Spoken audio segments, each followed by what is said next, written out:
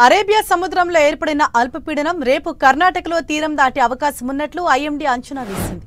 ఈ నెల 23 వరకు అల్పపీడన ప్రభావం కొనసాగే అవకాశం ఉండటంతో దక్షిణాదితో పాటు అనేక రాష్ట్రాల్లో వర్షాలు కురిసే ఛాన్స్ ఉందని అంచనా వేసింది.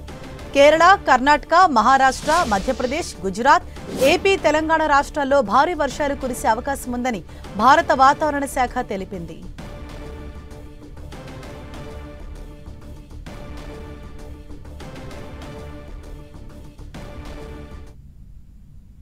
పశ్చిమ మధ్య బంగాళాఖాతంలో ఏర్పడిన ఉపరితల ఆవర్తనం ఎఫెక్ట్తో ఏపీలో భారీ వర్షాలు పడే అవకాశం ఉందని విశాఖ వాతావరణ కేంద్రం తెలిపింది.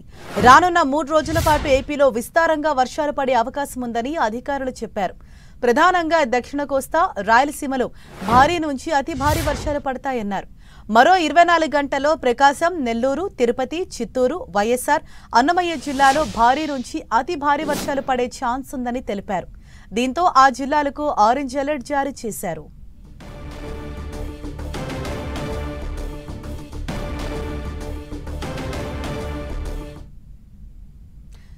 ఏపీలో విస్తారంగా వర్షాలు కురవనున్నాయి రాబోయే 24 గంటలు. దీనికి సంబంధించి మరింత సమాచారం మా ప్రతినిధి జార్జ్ మనకు అందిస్తారు. జార్జ్, ముఖ్యంగా ఏపీలో ఏ ప్రాంతాల్లో అధిక వర్షాలు పడే అవకాశం ఉంది? వాతావరణ శాఖ అధికారులు ఏం చెప్తున్నారు?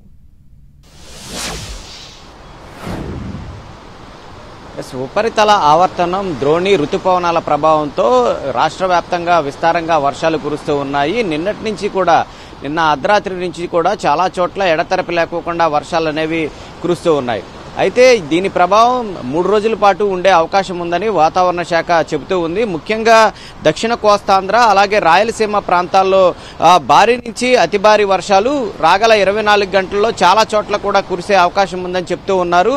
ఈ నేపథ్యంలోనే చూసుకున్నట్లయితే గనక ఇటు తిరుపతి, వైఎస్ఆర్ జిల్లా అలాగే అనంతపురం, అన్నమయ్య, నంద్యాల జిల్లాలు ఏవైతే ఉన్నాయో వాటిలన్నిటికీ సైతం కూడా ఆరెంజ్ అలర్ట్ ను జారీ చేయడం జరిగింది. ఇక ఉత్తరాంధ్ర జిల్లాలో ఉన్నటువంటి ఇటు విజయనగరం, విశాఖపట్నం, శ్రీకాకుళం అలాగే తూర్పు గోదావరి జిల్లాలకు సైతం కూడా తేలికపాటి నుంచి మోస్తరు వర్షాలు కురిసే అవకాశం ఉంది. కాబట్టి ప్రజలంతా కూడా అప్రమత్తంగా ఉండాలని చెప్తూ ఉన్నారు. దీనికి తోడు ముఖ్యంగా గాలులు సైతం కూడా గంటకు 50 నుంచి 60 కిలోమీటర్ల వేగంతో వీచే అవకాశం ఉంది. ఈ పరిస్థితి దాదాపుగా 3 రోజుల పాటు కూడా వెదర్ పరిస్థితి ఇట్లాగే ఉండే అవకాశం ఉందని కనిపిస్తూ ఉంది. ఇటు కేవలం రాష్ట్రంలోనే కాకుండా 2 తెలుగు రాష్ట్రాల్లో కూడా విస్తారంగా వర్షాలు చాలా చోట్ల కురుస్తాయని వాతావరణ శాఖ చెప్తూ ఉంది. ప్రజలంతా కూడా అప్రమత్తత వ్యవహరించాలంటూ కూడా ఇప్పటికే హెచ్చరికలు జారీ చేశారు. పలు ప్రాంతాలకు సైతం కూడా ఆరెంజ్ అలర్ట్ అయితే జారీ చేయడం జరిగింది.